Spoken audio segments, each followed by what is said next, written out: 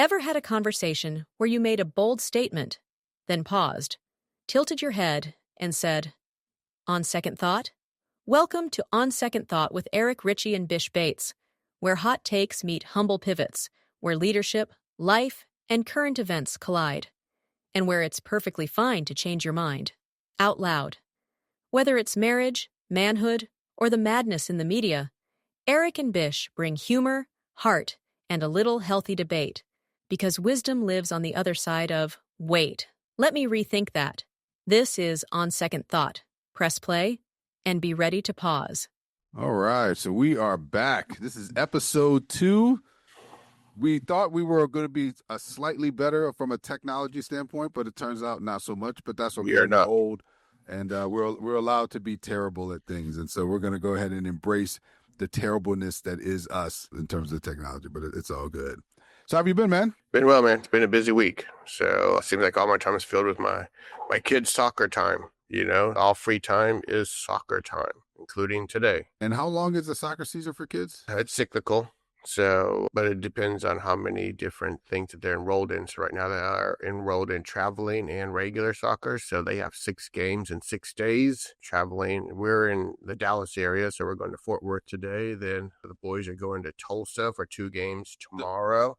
They're going to another state. Another state, 5 hours away. Yeah. Okay. That's real. And they come back for school on Monday and have a game Monday night and Wednesday night. So yeah, it doesn't stop, and then the next weekend is already here. So okay, well, Parenthood is great, man. How's your trip? Do you have a good time? Yeah. So Cancun was good, man. We enjoyed it. We did a whole lot of nothing, and when I say a whole lot of nothing, I mean a whole lot of nothing. We just hung out. We went to the pool. So we at the resort we're at. It's got a nice pool that we really like. That's one reason we go to that particular resort. And we were just at the pool. We'd wake up. We'd get a chair right on the edge of the pool because it was a whole big thing. We'd be out in the pool most of the time. Water? You didn't go to the beach? We did, but only once. And by the way, the pool is on the beach, right? So you're in the pool looking at the beach. Nice. So I mean, theoretically, if it was, as a crow flies, it's 5 feet to the beach, right? Okay. You just got to get over the edge of the pool, essentially. But we sat at the wall of the pool that looks at the beach. So we looked at the water all the time. But we only got in, I think, one time. We decided to venture over with another couple one time, and that was pretty much it. So, but by the way, it was a bunch of the seaweed stuff coming in. By the way, we were flying in. I'm because I'm an idiot. I was like, why is it? I like the cruise ships depositing all of their feces from the thing. I was like, it's great. And it turned out it's just the seaweed, the brown seaweed. But it really, from the air, it looks terribleness. It looks, but once I got on the ground and saw it coming in, I realized it wasn't that bad. There was really only one day where it was clear in terms of the stuff coming in. Other than that, it was a bunch of debris and stuff. So, and then the whole Malcolm Jamal Warner thing, man, I was a little skittish in the water. And I could swim well, but I was still a little skittish. So, yeah, they talk about all over the news this week about how you need to go parallel to the beach. And I don't know if you think about that when you're in a panic situation, so it's like I can hear it, I can understand it, but I mean I can also watch Van Damme fight, and it doesn't mean I can fight, like he does. So I get nervous about that as well. I mean, they just say it like it's logical. Just go parallel to the beach, and you'll eventually calm down and don't panic. Yes, yeah. But like you're in water that's hitting you in the head, and I think that's just natural. So yeah. It is, but I think the plus is if you think about these things ahead of time, right, then hopefully something in the back of your head sort of goes, oh, here's what I'm supposed to do. Right, as opposed to if you never think about it. So I think the fact that we're talking about it, you think about it, I think that even in the midst of panic, you may have has a better chance of it sort of popping into your head and you doing something about it. So, but either way. I think you're in the best position. Be at a pool by the beach. 'Cause I think beaches are overrated. I love the idea of a beach. Mm-hmm. I do. I don't like the idea of the sand. And I don't like the idea of when I went to like Puerto Rico last year and getting stung by jellyfish on the inside of my thighs and running out of that water and never wanting to touch that water again. So yeah, the unknown I don't like, and the dirt and all that. So it's like you're 5 feet away from the beach, so you get the sound, you get the relaxation, you get all of it. Yeah, the view. I think that, but you're in a clean pool without anything attacking you. It's awesome. Yeah. Well, excuse me, hit the mic. But yeah, so yes, theoretically you're in a clean pool, but I will tell you that the second to last day, it was someone else's last day, and the mom and dad and 2 kids. Yeah, and she decided that it was time to turn up. And at 8:30 in the morning, when I say 8:30 in the morning, she was lit. I don't know when it started, but at 8:30 in the morning, they were in the pool. We had seen them all week, right? They were in the pool, and there was all sorts of arguments and stuff happening. And she was like, "This is Mama's day to chill and talk to Dada." It was a whole spectacle. And then she proceeded to semi pass out, and then Earl everything she ate in the last couple of days into the pool. It was into the pool. So then we got out the pool and did other stuff for a while. I would imagine Sanitized it, but yeah. So it's it's so technically it's clean, but that was nasty. So anyway, yeah. Yep. All right, man. So we've got some stuff going on this week, man. It's been it's a ton going on. Sometimes it's hard to even know what to think about, right? I mean, it's like you're getting whiplash from all the different stuff that's happening. I know in our area, the whole National Guard taking over DC thing is sort of, a lot of things that people are talking about and it's happening down here. And I'm in DC every day when I go to work. And so, so there's a lot there. I didn't see a ton, honestly, when I was there, in terms of the presence, but I saw like streets blocked off and stuff. So I saw like evidence of it, but I didn't see what they were doing. But what I see on the news is they seem to be just sort of chilling. I don't know. I don't know. What are your thoughts on how this whole thing is played out with the National Guard being called into DC? I lived out there for 7-8 years, and DC is already tough enough to get around, much less shutting down streets for no apparent reason. Crime down 25-30% year over year for the last couple of years. It feels like a big overreaction. It feels like a lot of money spent on something that isn't really doing anything because they're not carrying weapons. They're not there to police. So they're there to show a presence. It's like having, I don't know, citizens on patrol almost, I guess. But I think it's just a control factor. It's something that he found out he could do, and this would be fun for him to do in order to take over a city and then threaten to take over other cities. So it is interesting that the biggest threat that we actually had was 4 or 5 years ago when they took over the Capitol. January 6th. Yeah, right. I know, but there was no calling in the National Guard that day. No, and he had no fear of going out and talking on a podium, right, surrounded by his people and calling for violence. So this is one of those things that if it was real, it would make more sense. If there was really spike in crime and it was really violent, but we're talking about a couple of incidents that happen in every city, everywhere. There's groups of people, there's pockets of areas where, there needs to be focus for sure. But this feels like an overreaction, and the threat to take it out to other cities around the country whenever there's unruliness or a protest, it feels like now you're taking away people's rights to protest, to speak out. And it feels like we're going down a very slippery slope, and all this is in the matter of 7 months in office. So we have almost 3.5 years of this continuing. So do you think the chilling effect on protests is accidental? No, I think 100%.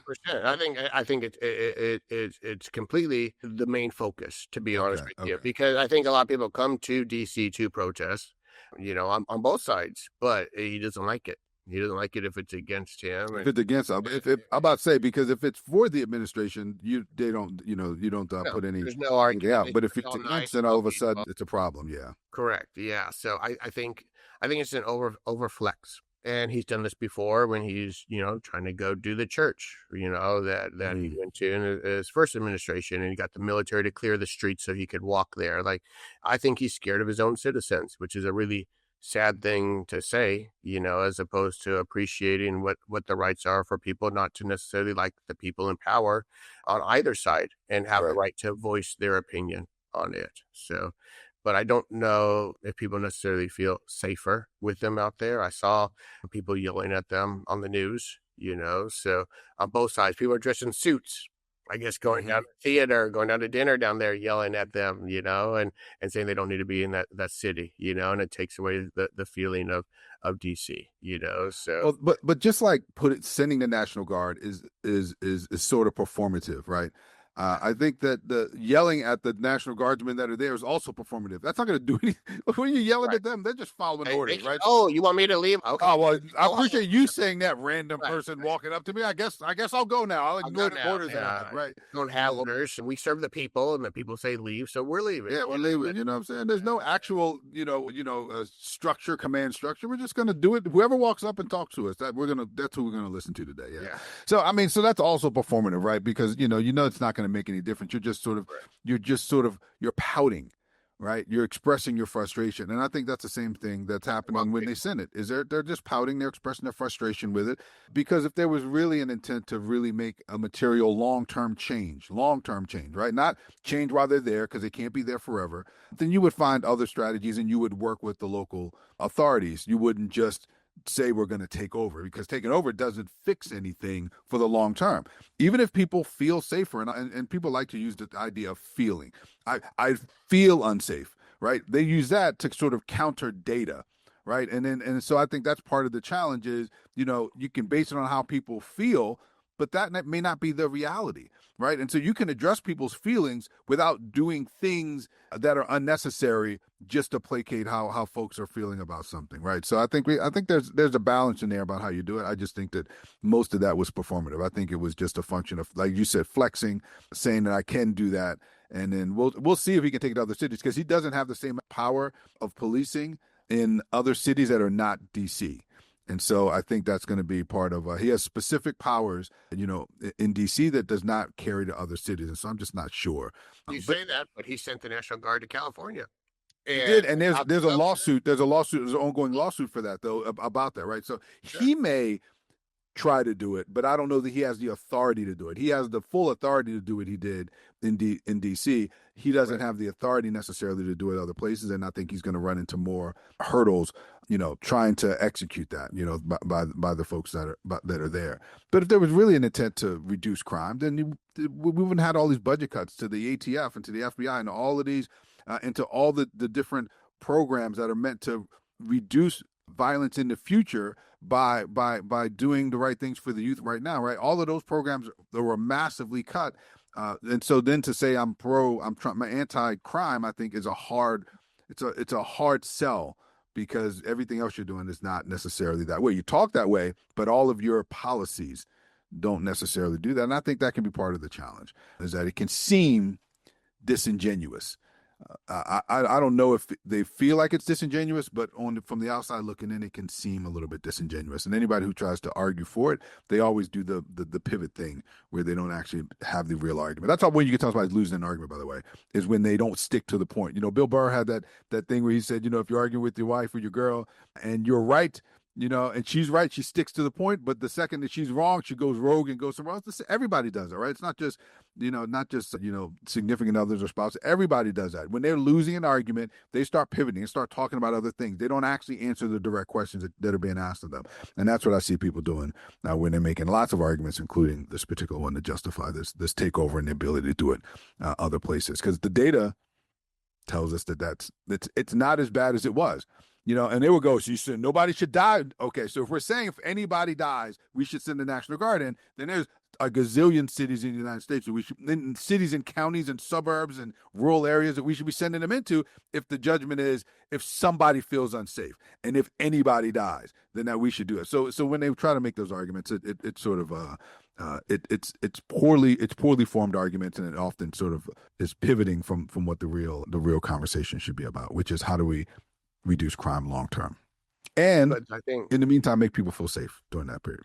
What are you gonna say? I mean, you addressed 2 points that I think I got to be relevant, which is they talk about feelings and statistics don't matter, which is why you have the BLS shakeup, because someone reported statistics that are facts and numbers, and then lost their job because they're the main one that gets to report those numbers. Right.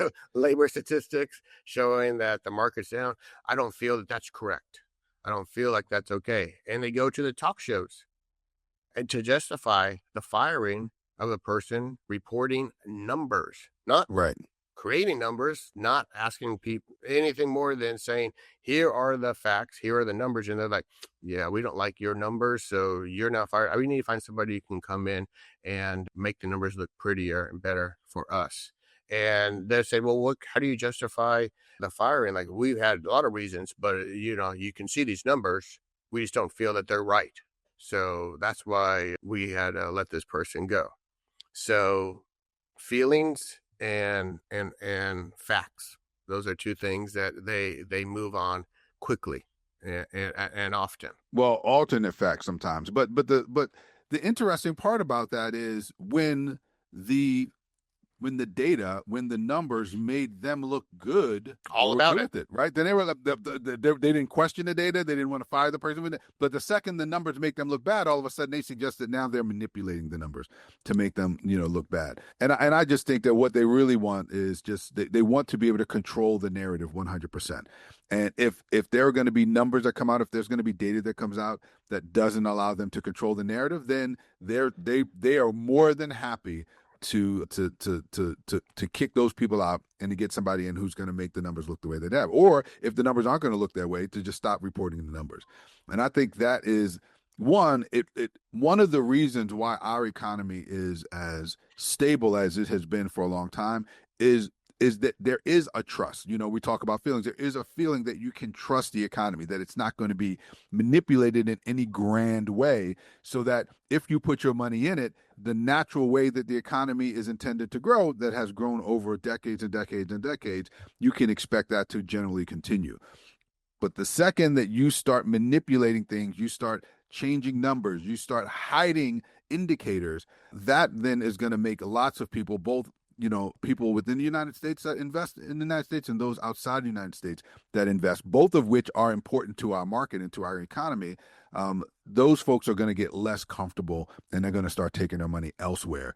And I think that is going to hurt many, many organizations, thousands and thousands of organizations around the country over the long term. And I'm hoping that doesn't happen.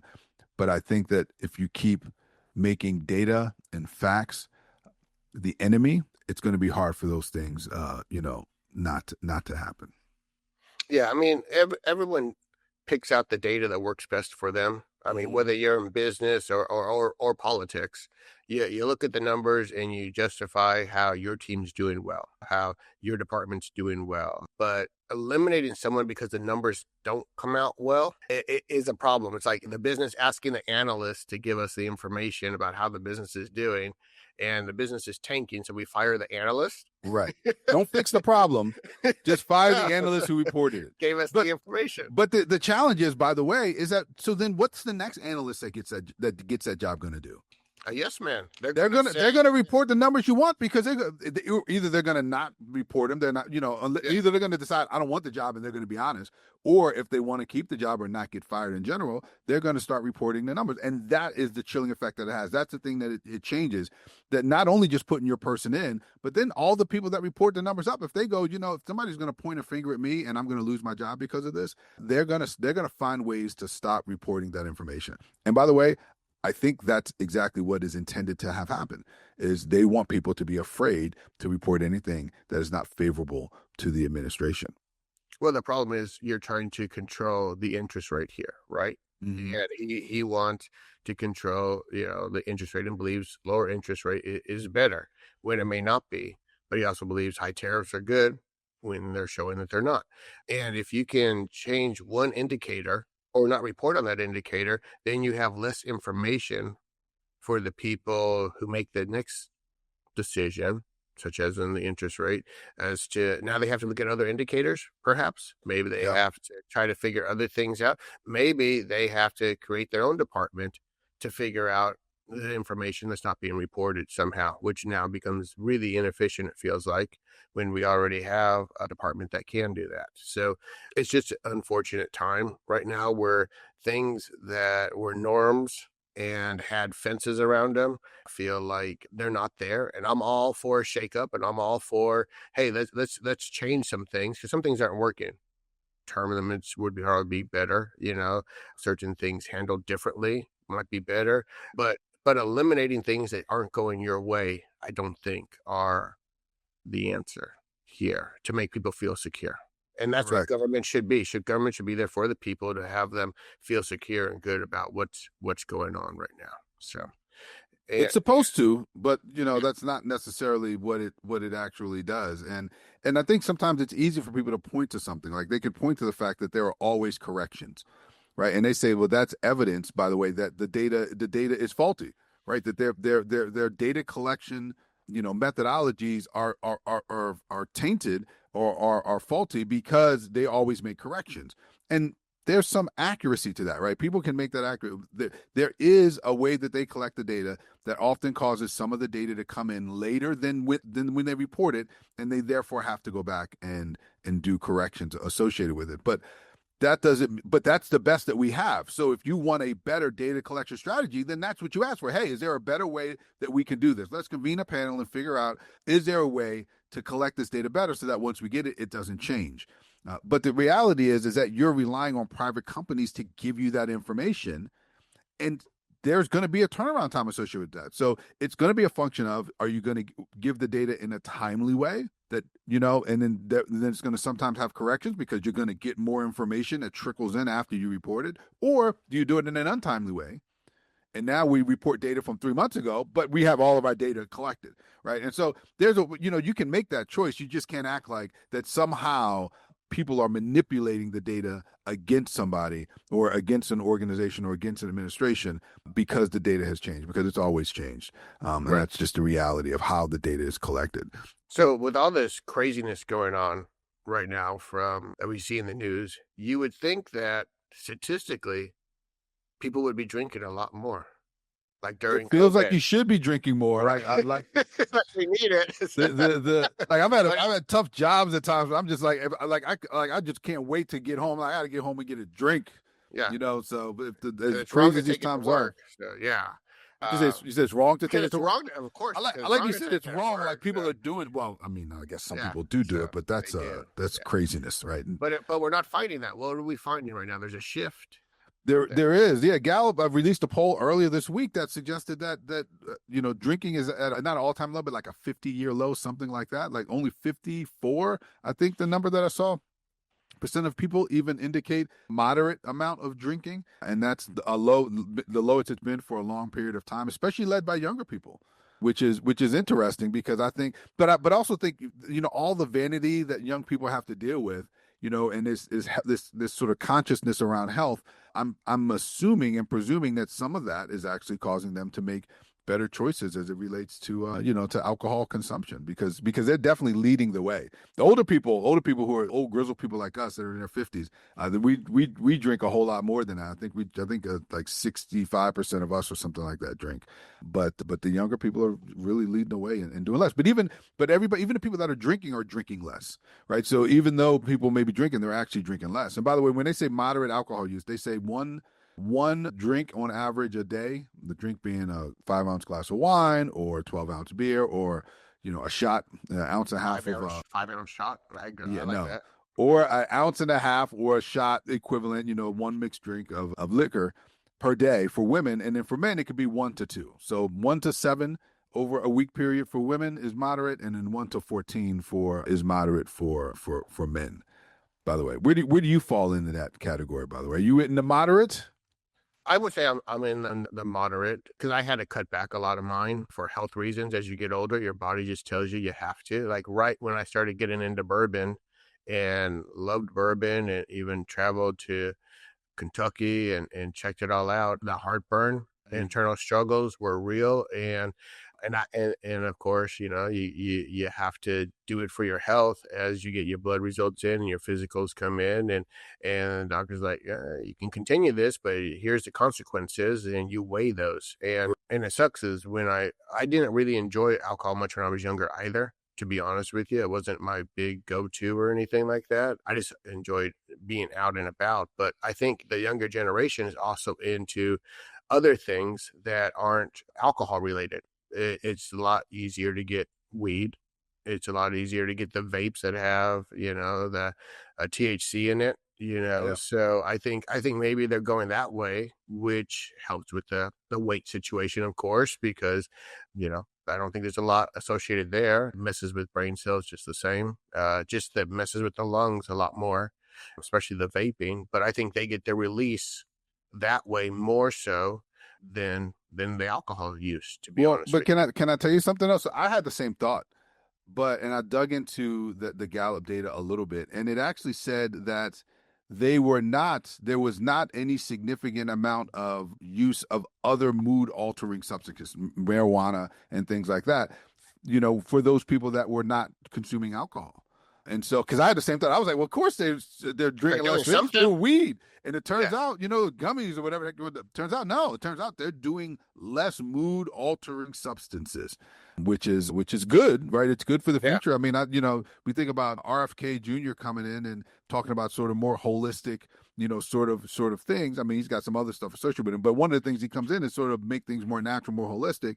And I do think that is a trend that is happening with, especially with younger people, and older people are a little slower on the uptake. We're not the early adopters for all these sorts of things, but it does appear to be a shift that is happening, and I think it's a good thing, because I think it's a surprising thing, because this generation, the younger kids I'm talking about now, I'm saying like maybe 30 and under, 35 and under, seem to have a lot more anxiety, a lot more depression than we had, because we didn't know about it. We didn't understand it when we were younger. It's just deal with it and move on. And you would think that there'd be something else there. And maybe they're just not using these things to cope with it. That's what I was going to say. Maybe prescription medication is helping with the brain chemistry a little bit different as well. Maybe they're doing stuff for their anxiety and depression, right? Not mixing it with alcohol or other drugs. And that's a good thing. Yes and no, but I think we probably have the same amount. They may, but I think we probably had a similar amount of anxiety and depression. I think they just label it and diagnose it better nowadays than they did. And so what would happen is the same way they label sort of sexual predatory nature, right? We used to, back in the day, it was just that uncle that you never left a kid with. You didn't call him a sexual predator or a pedophile. You didn't do all of that, right? Which you don't label them in ways that make them ostracized to society, which they should be. But you didn't do that. You just went, don't let any of your kids hang with Uncle Lester, right? And so I think that we label things more. I mean, sometimes it can feel like we go too far in that direction of labeling things, and now everybody's on the spectrum, everybody's this or everybody's that. But sometimes labeling it then opens it up to finding strategies and resources for dealing with those things and for managing them. Whereas we were always depressed. We were like, well, you know what? If I drink, I'm less depressed. So cool. I'm good. You know what I'm saying? And you didn't really talk about the depression. You just drank your way to an early grave, right? So I think that's the difference. I think that, there can be pluses and minuses, everything. So I think the over-diagnosing of things is definitely something that's happening. But I also think that the increasing diagnosing of things and identifying things also leads to people addressing them. Sometimes maybe they're being medicated, but properly. We would self-medicate the wrong way. Yeah. So I think maybe that's what it is. Ironic, alcohol is a depressive anyways. So you think you're working on your depression by drinking. No, you're just trying not to think about it. Exactly. That's really what's happening. You're really just trying not to think about it. Whereas if you took happy pills that helped with your depression or anxiety, maybe you'd be less wanting a drink and just enjoying life a little bit differently. Wait, what are happy pills exactly? Anything that handles your depression legally. Oh, okay. I thought it was like yeah. No. I thought it was like uppers or something. Isn't there something that I don't speed, like speed? I don't know. Did they still do speed? Is speed still a thing? No, I'm. But that's what I thought you meant when you said happy pills. I thought you meant like that sort of thing. I was like, no, they were doing that sort of stuff. Medically given. I gotcha. So what's the word? They're managing their moods better with the correct. Put some medication. Okay, that's fair. Yeah. That's fair. Well, I can see that. I could see that. But thinking about my mood, at least, I know my mood has been up and down for sure. I've been bipolar, and thinking about all of this, the redistricting stuff that they're doing in Texas, and then the response from Newsom in California, and maybe other folks, as well as, I think didn't they implement the 10 Commandments thing finally down in Texas as well?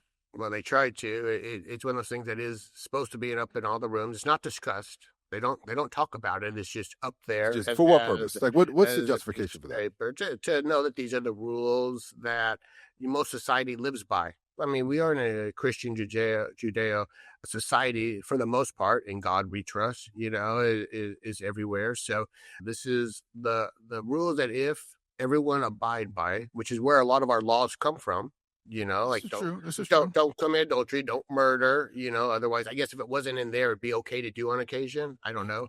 People still do it more than on occasion. So, yeah, don't commit adultery. I don't know how you would talk about that in school, but don't lie, don't bear false witness. Those things, they're not bad necessarily to have, but it's something that I don't think needs to be impressed upon a society that it doesn't have a given religion. We are open to everyone. So we have Hindus, we have Muslims, I mean, we have Buddhists. There's a number of religions throughout Texas that may or may not acknowledge the 10 Commandments and doesn't necessarily need to be forced in the classroom. So now there's a lawsuit, of course, trying to, get that down. It happened, I think, in Kentucky or Tennessee where they tried the same thing and got shot down, maybe Mississippi. Wait, but isn't it too late? Like I thought it passed a while back and now it's being actual. But it takes a while to go through the courts, Oh, so it's been challenged this whole time. Like the challenges are not over just because in my head, because it got implemented, that meant the challenges all failed, but that's not the case. You still get to do the stuff, and they still go up while the challenge is still going on. Yeah, so which is again interesting coming from Texas, where we had an attorney general, that was under federal indictment and investigation, but because the Senate here is all Republican, including his wife's serves in the Senate, he got off. And he still gets to serve as attorney general. So, but in the meantime, the president asked for more seats in Congress so that wouldn't be such thin margins, and said, try to find 5 more districts in Texas. Yeah, find me 11,000 votes. Find me 5 districts. 5 more representatives. But the difference is Texas said, yeah, we're on board. Yeah, let's do this thing. Abbott's a big supporter. He's been voted in 3 times. So he feels he has a lot of control out here in Texas. And usually this is done every 10 years based on the census. Right. So to do it. That's the standard, right? With the census.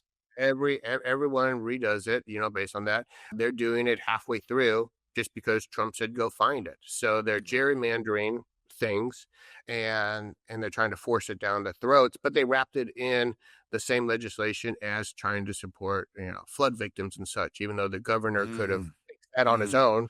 Right. He could have ordered more money. He's like, let's make the Democrats look worse here. And in response, the Democrats that are in office in Texas left the state. So they wore up. They couldn't vote, so they spread out. They went Michigan, New York, Massachusetts, and they spread out around the country to protest the situation and bring light to it, so it doesn't just pass quickly. Right.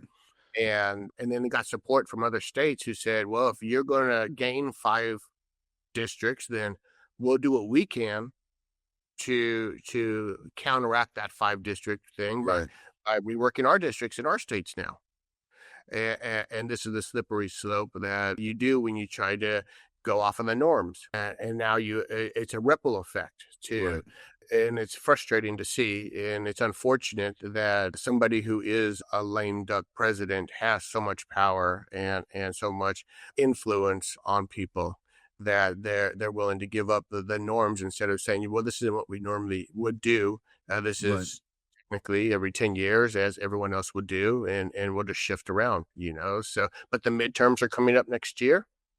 And I guess there's a little bit of a concern about how this will all play out based on his policies and how it's hurting people and it's affecting people, specifically with the tariffs, So the tariff policy is one of the toughest ones. I think a lot of the other things are culturally one thing, eliminating DEI and such for everybody.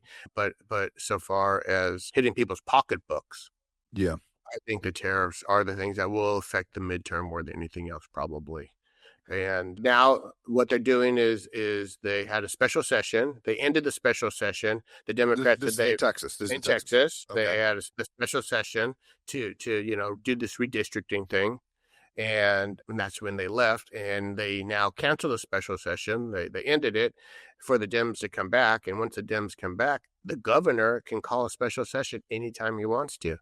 So if he wants to do it on Monday and say another special session coming in. So basically that they just delayed the inevitable. It's still going to happen. They can't leave again. They can't like.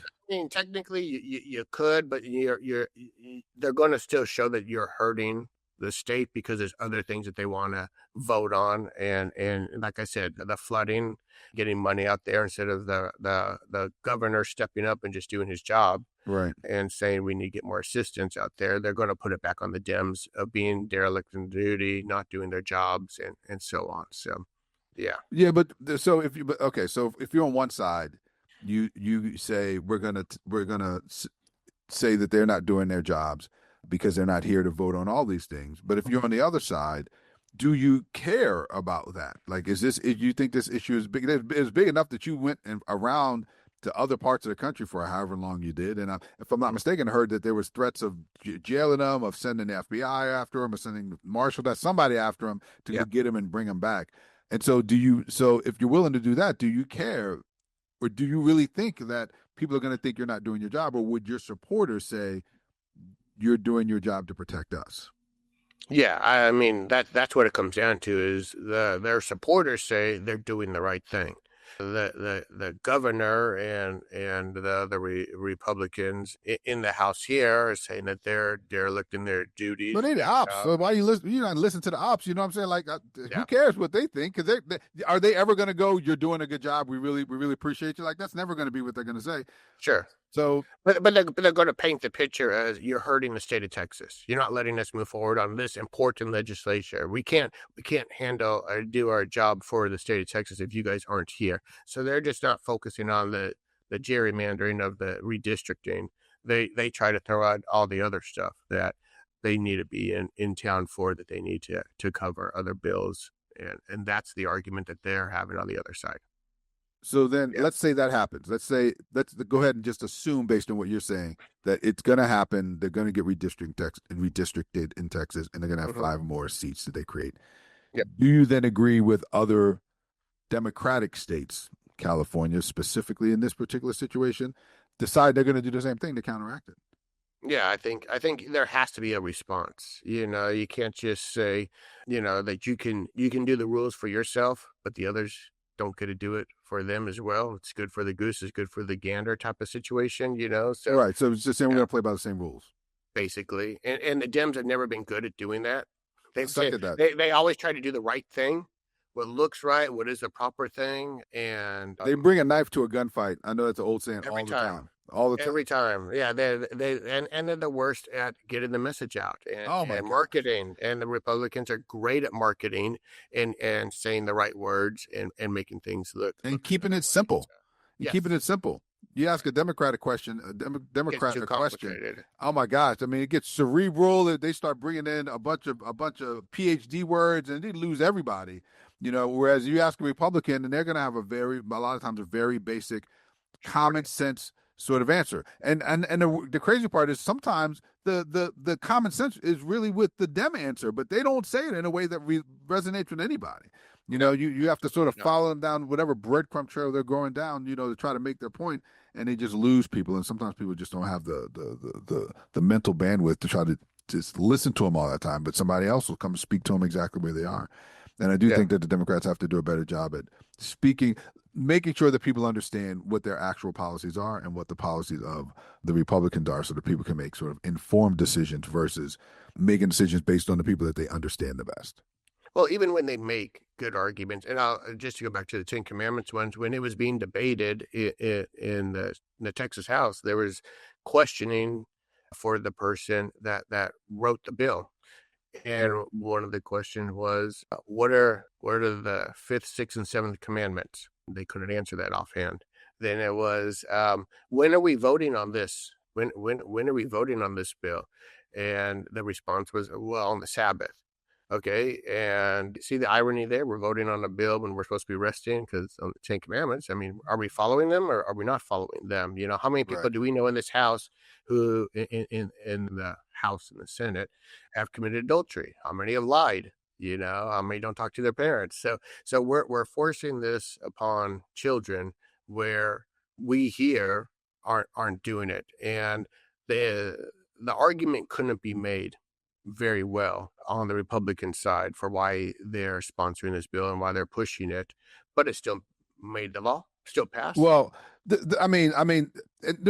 thing I think I dislike about politics so much is the disingenuousness. I'm hoping that's the right word, but that's where the disingenuousness of politicians, where they will not tell you the reason why they're doing things. A lot of times they won't tell you the reason why they're doing it. So clearly they were doing it because they wanted to force their religion on other people. That's just the reality of it. They wanted to force religion. But if you want to make the argument about the idea of saying those are things people should do, you can't not say it because we don't do it well. As parents, right? I may smoke, but that doesn't mean I'm going to tell you, but since I smoke, you should smoke too. Like, that's not what you're going to say. You're going to go, you know what, the best thing is not to smoke. So just because people do things, just because the lawmakers do things, doesn't mean that if it's the right thing to have other people do it, or it's the right law to put in place, that they shouldn't put in place because they're going to be hypocrites. Because the truth is that most people are hypocrites in one way or another, and something that they're talking about.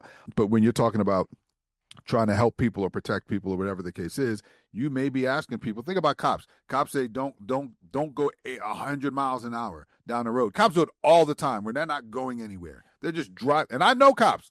They drive fast all the time, not just in their police cruisers, but also in their personal vehicles. But it is actually right to not drive fast because it's dangerous, right? So just because you don't do it doesn't mean that you can't then encourage others to do it. You open yourself up to be called a hypocrite, and you got to own it. They won't. Nobody owns it, but you should own it. But I think it's okay to say we want kids to learn these. Don't commit adultery. Don't lie. Don't steal. Don't. I don't even know what the 10 Commandments are, but I can't recite them. But all that they are, I think that's good to teach kids not to do those things. But don't act like you're doing it just for the good of kids. You're doing it because you're trying to force your religion on other people. That's just the reality of it. And I just hate the people that never willing to acknowledge that. The toughest thing for me growing up was when I moved to Texas and we had Young Life. So Young Life is a Christian-based after-school group that was sponsored by a school. You had usually the coach or a teacher, and all the Christian kids would come together and they'd be part of this group, and you'd have the YL on their windows of their cars and everything, and it was a pretty good group, and they had fun, and they all came together. But by them coming together and the school backing this club in schools, in high school, you feel left out if you're not in that group. It was one of the bigger clubs for sure, and it's still big down here. So they call it Young Life, but everyone knows that it's Christian based. And I just felt that was one of those things that shouldn't have been okay to have in school. And this is where we go. Is then you do that, and then you have the prayer at the football games. So everyone has to stand for the prayer. Or if you're on the football team and they're huddling up for the prayer, what if people on that team aren't Christian? It's not non-denominational. Now they can say it is, and they take out. You can say just ignore these words that we say. Is that what they say? I'm not heard that. Oh, okay. Like, if it doesn't respond, if it doesn't connect with you, then don't worry about it. But everyone else there is nowhere that is not connecting to you. If you don't follow that, if you're Muslim, if you're Jewish, if you're Hindu, whatever, and you're on the team, now you feel like you're not part of the team during that time period, and that's a tough feeling for kids to have to deal with, so it's again, the separation of church and state has always been a thing. It's what we're founded on. It's why we, came to America, or people came here in the first place. And it seems like we've forgotten that part of it, and we're trying to make the United States a Christian society. Let me ask you a question though. So how do you differentiate between people having religious freedom and forcing your religion on someone else? Meaning, let's use this prayer thing, for example. So if you give someone time to pray, isn't that giving them the ability to live their religion? 100%. So great. So if we come up and it's at the beginning of a game and we go, okay, here we're going to give everybody a chance to do a time of reflection here, right? If you want to pray, you can pray. If you want to meditate, you can meditate. If you just want to think to yourself about what you want to focus on, Yeah, is that great. Is that a reasonable thing? I think that's fine. That's not what's happening. So what you're saying is the fact that somebody is up there saying words, yes, that are specific to their religion, that's what makes correct. it, in fact, bad. Yeah. Okay. Yeah. Yeah. What if they took turns? What if they took turns? What if 80% of the people were Christian, 10% were Muslim, 10% were atheists? What if 8 out of 10 games they went up and the Christian prayed, and then 2 of the games the Muslim played, and then the other 2 the atheist went up and said, we're just going to meditate. Would that be reasonable? No, I don't think that's necessary either. No religion. Not necessary, but is it reasonable? No, I don't think it's reasonable. I think the silence is the reasonable part, because then the minority aren't going to feel comfortable praying for the majority and thinking that the majority is going to be taking it as, okay, well, this is a good prayer too, because they're going to be thinking, well, this is not what I was taught. This is not what I recognize. So this prayer doesn't mean anything to me. It doesn't resonate with me. It doesn't connect with me. I don't feel sheltered going into this game. Okay. But if you go and everyone is taking a moment of silence without anyone saying anything, if you want to put on that show, then go for it. But a lot of people don't even look to religion anymore. It has been fading for a long time. So to put that pressure on people who maybe their parents don't even take them to church anymore. They don't do anything. They recognize Christmas as a tree in their house for presents, and that could be the holiday tree. That could be the New Year's tree, depending on how you do it. You talk about it. So wait, there are people that put up a tree that's essentially a Christmas tree, but they call it something else. Well, the tree was never part of Christianity. It was a pagan thing that, you welcome in the winter solstice.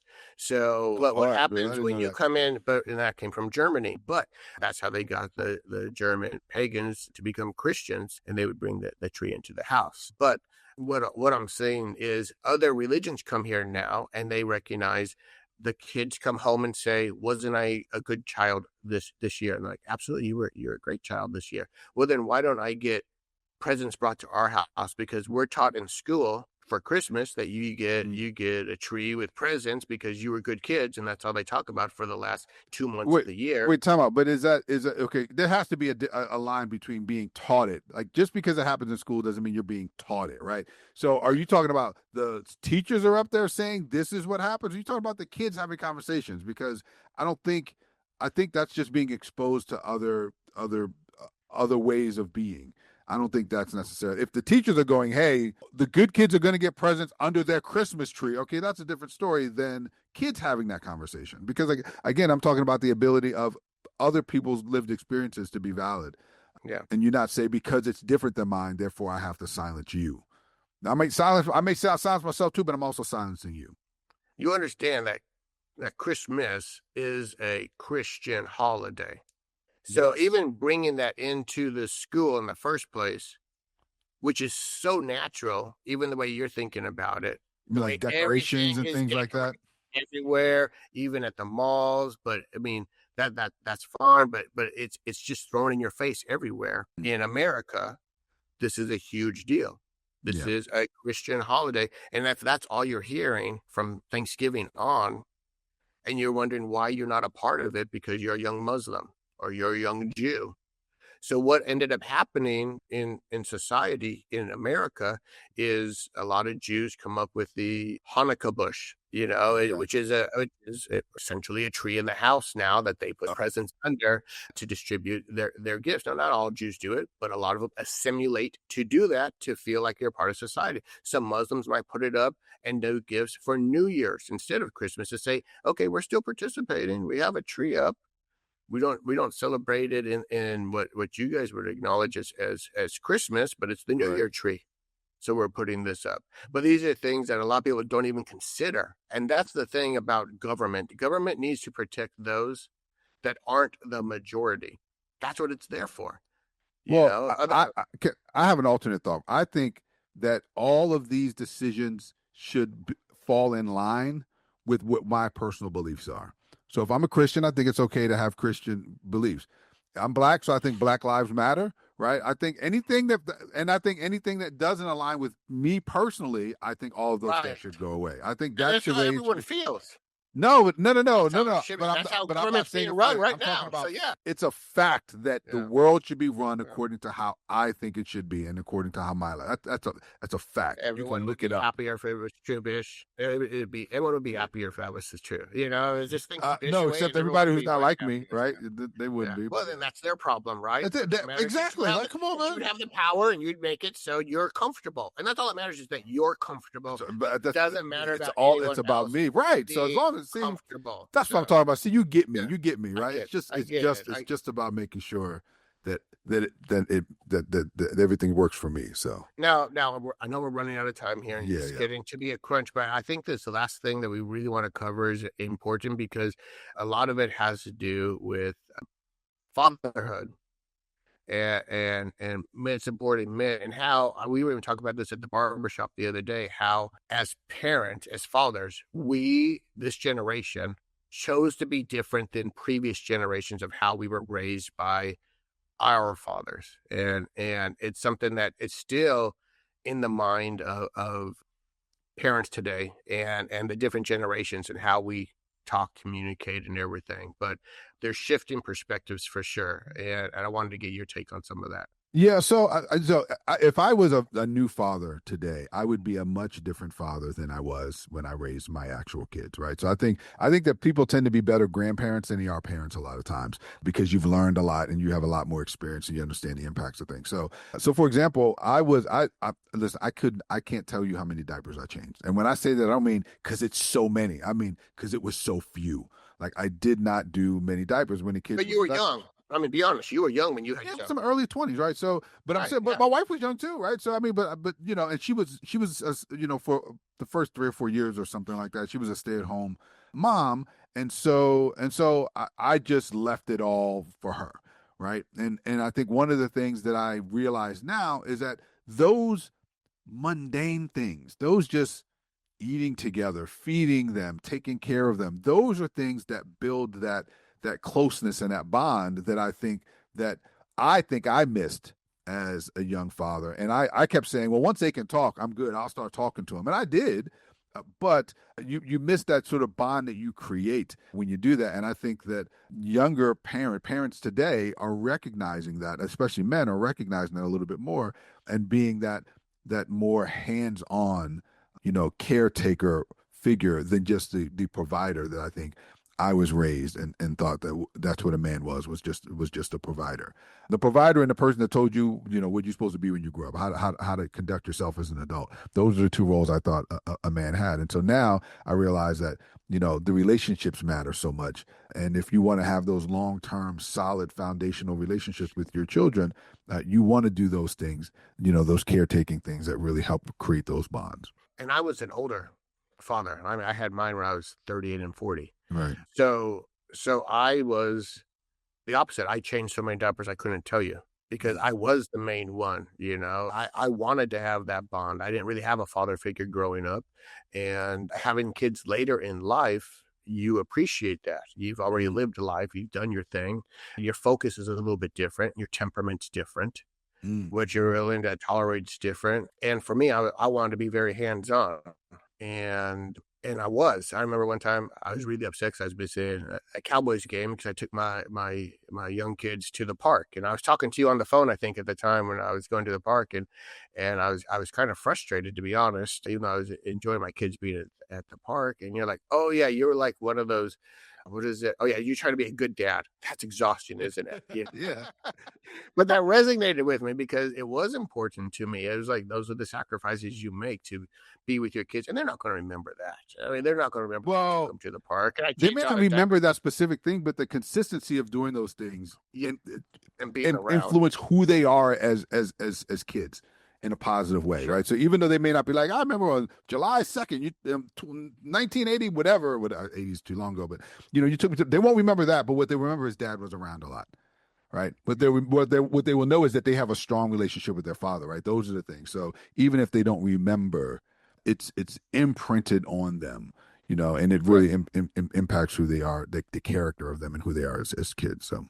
As opposed to when I was growing up, I had no fatherly input. There was no, this is how you be a man. This was not, go play at the park or let's go throw a ball around. Yeah, I was usually out of the house with my friends more than I was at home. So Right. there wasn't that. I mean, I knew when I was going to be in trouble. I knew there was going to be punishment coming. Right. I knew the back of the hand felt like, so I mean, that's different. And that's all I knew. I just knew fear. I knew fear and avoidance. Avoid being around. My mom was married a few times, and I would say the relationships weren't really there for me or my sister. So it was just something that I had to figure out how I wanted to be as a father. So when I hear those dads that still yell at their kids and are cursing at them and degrading them and yelling, you can choose not to be like that. You can choose not to be like your past, because you can't just say that's how I was raised. That's what I know. At some point, you got to take some ownership and say, I didn't like my dad that much. I didn't like being treated that way. And I want my kids to like me in a different way. Just like you can learn from a bad boss how you don't want to be, so you can be a better boss or a better manager, better leader. You can say the same thing about the way you were raised. Just because you were raised that way, it doesn't mean that's an okay thing to continue to do. Now, there's no handbook on being a parent. There's no manual. Right. So if you only know what you know, that's the easy way of going. That's the easy way. But you also have to know that what you're doing is in fact wrong and recognize that you're doing it because that's what you saw. And I think that sort of dissection of people's individual behaviors is something that a lot of people just don't do. So you're right. You don't have to repeat the sins of the past. The problem is that unless you dissect why you're committing those same sins, and that they are in fact just a reflection of what you saw and what you witnessed and what happened to you when you were growing up, you won't know that there is a conscious decision to make to be different. It just feels like the thing to do, and so it's as simple as a choice, but it's not an easy choice to make. And so I think that it can be really tough for people, and it becomes this sort of process of self growth and self development that leads people to do those sorts of things. Because I think in the absence of those very conscious processes, people don't change. They won't change, generational choices. They won't do those things different from generation to generation unless they recognize that and make those very conscious choices.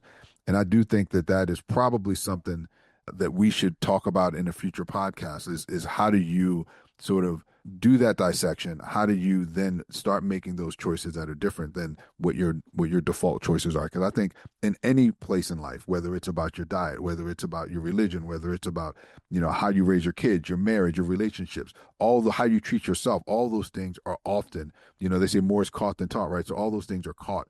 You just learn them. It's ingrained. It feels natural. It feels like the thing to do, and you don't even know why, because it happened to you when you were a childhood. When you were in. I think that's also the difference between being a younger parent and being an older parent. I think when you're a younger parent, let's say you're 18 to 26, you're still figuring out life. You just are, I mean, you could even take that up to 30, to be honest with you. So you're just trying to survive. You're trying to get your first real job, your first real career. You're trying to support your family in a real way that you don't have time to self-reflect. You don't have time to think about it.